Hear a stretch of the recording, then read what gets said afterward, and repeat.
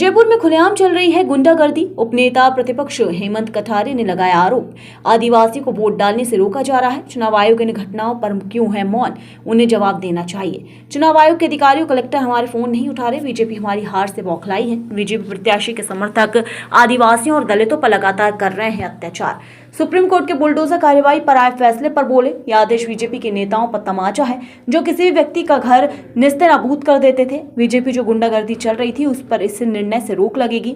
आशा करते हैं कि अब बीजेपी के नेता संविधान का पालन करेगी।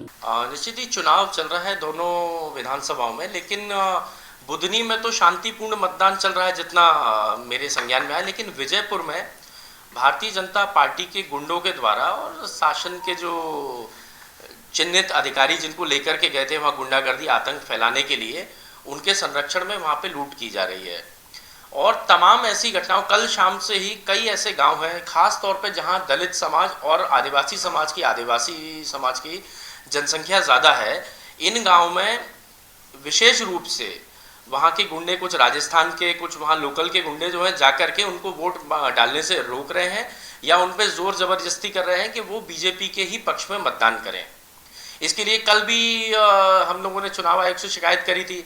आज हमारे सीनियर डेलीगेशन नेताओं का अभी चुनाव आयोग के अधिकारियों, वरिष्ठ अधिकारियों से मिलने जाएगा और उनसे कहेगा कि इस चीज़ का आपको संज्ञान लेना चाहिए और ये जो वहाँ पे गुंडागर्दी चल रही है इसको तत्काल रोक लगानी चाहिए।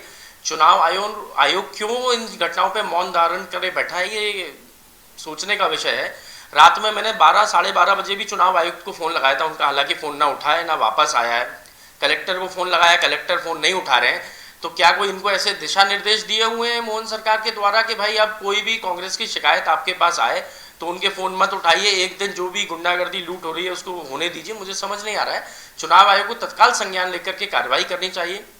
निष्पक्ष मतदान होना चाहिए विजयपुर में, और जिस भी प्रत्याशी के भाग्य में जो भी जनता का आशीर्वाद के रूप में परिणाम लिखा है उसको स्वीकार करना चाहिए। गुंडागर्दी से कोई चुनाव जीत नहीं सकता। मुझे लगता है बीजेपी को बौखलाना नहीं चाहिए अपनी हार से, और जो भी जन का निर्णय है, जनता का निर्णय है, उसको स्वीकार करना चाहिए। निष्पक्ष मतदान में मदद करनी चाहिए।